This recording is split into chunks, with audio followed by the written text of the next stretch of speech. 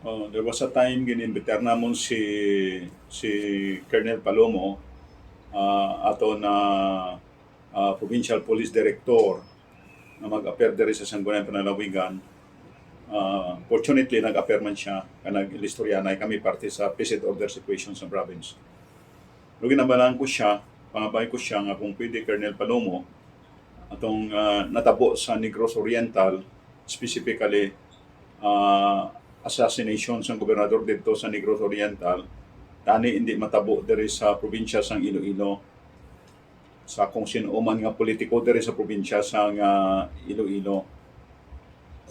Sila ni Colonel Palomo tingwaan niya man during his stint as provincial police director diri.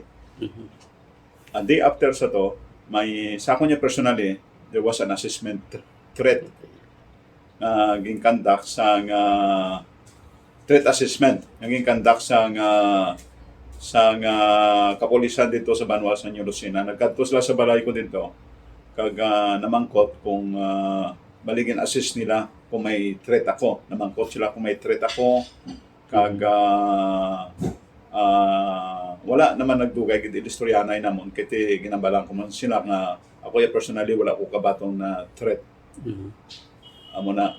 So ginistoryahan man namon parte sa kung may threat, kung may nabalaan ako nga may threat ang utod ko nga mayor dito sa Banwa sa New Lucena, hindi ko daw wala man ko nakahibalo. So amo na ang ginabalang ko man si Colonel Palomo, isa ka challenge siya iya bilang bagong provincial police director diri sa Iloilo kung paano ma-reduce ang incidents sa vehicular accident. Yes. Kay kag ang naga-lead gid among the vehicles na madamo gid sa vehicular accident inang motorcycle vehicular accident. Damo gid kaso na no? Amo gid ang damo sa listahan. Tapos niko siya mo ng challenge, isa ka challenge mo Colonel Palomo kung paano ma-reduce inang incident sa motorcycle accident diri sa probinsya sa Iloilo. Tingwaan niya man nga ma-reduce. So, overall, anong impression niya sa peace and order situation naton diri sa province? Diri sa peace and order situation sa probinsya sa Iloilo, generally peaceful ang probinsya sa Iloilo. Gin pananaw man namon nga daw malabo nga matabo ang natabo sa Negros Oriental diri sa probinsya sa Iloilo. Pwede daw kumatuod gid man nga ang mastermind dito politiko na wala man sang subong amo na nga batasan nga politiko diri sa probinsya sa Iloilo. So, meaning kung nagtaon-taon sitwasyon sa probinsya, diri sa aton, hindi ka init ka pareho dito sa Negros Oriental.